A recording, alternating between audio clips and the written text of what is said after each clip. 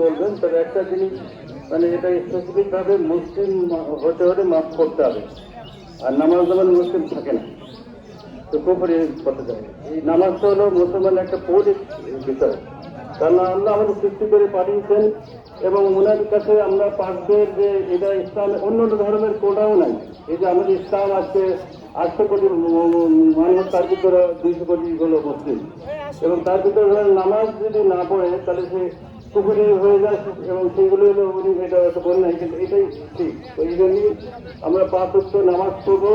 এই নামাজ বলে সমস্ত কোন আমলগুলো দিতে হবে। তো আমার বক্তব্য হলো যে আমরা যে নামাজে ফরজ নামাজের সময় জামাতে পড়ার অনেক কি আছে। একটা হাদিস আছে, বন্ধ বললো যে আমি নামাজ পড়বো কি করে, সে বললো যে রসুল সাহেব বললো তুমি কি শোনো, আজান শোনো, তখন বললো যে হ্যাঁ, তা তুমি দেখবে তুমি আসো। সেবার সে রাস্তার পাশে দড়ি বেঁধে বেঁধে নামাজে আসতো।